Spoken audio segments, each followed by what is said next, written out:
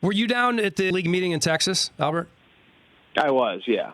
So in terms of what came out of there this week, your biggest takeaway, was it the fact that the officiating is going to be reviewed, from the top down? Yeah. Was it the new CBA and the progress that's being made there? What was the biggest takeaway for you? Yeah, I mean, I will tell you this, and I'll give your give your listeners a little nugget that's going to be in my column. It's going to go up here in the next hour or so. But the Eagles owner Jeffrey Lurie actually stood up in the meeting on Wednesday and said to the group, "We need to change the paradigm," and called for a complete overhaul, or at least a deep dive into the officiating and the way the game's officiated. And, there's people who were in the room. It wasn't so much seen as an attack on the officiating department or Al Riveron as it was, we're doing this whole thing the wrong way.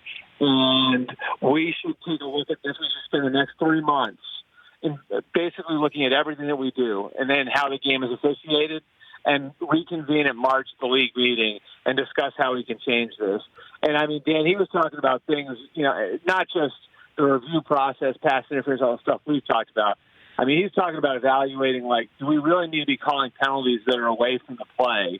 Are we screwing up the way the game's presented because of the way that we've called the game? How come we're okay with the fact that so many games, the story coming out of the game is the officiating?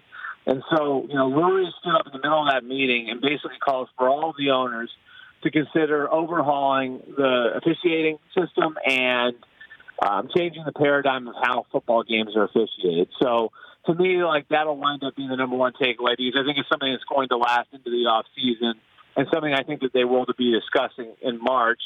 As for the CBA, every indication I've gotten on that is that they're just sort of chugging along at this point, and no news at this point is good news. That they keep meeting, and that things haven't broken off, and they keep sort of working at it. And I certainly know the tone and tenor is a lot better than it was 10 years ago. Ahead of the 2011 lockout.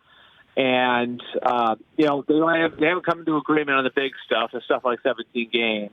But they are trying to work towards, finding a way to at least make a resolution possible before the NFLPA owners or leadership changes in March. For more of The Rich Eisen Show, tune to Audience Channel 239 on DirecTV for free on BR Live, or download the Rich Eisen Show app.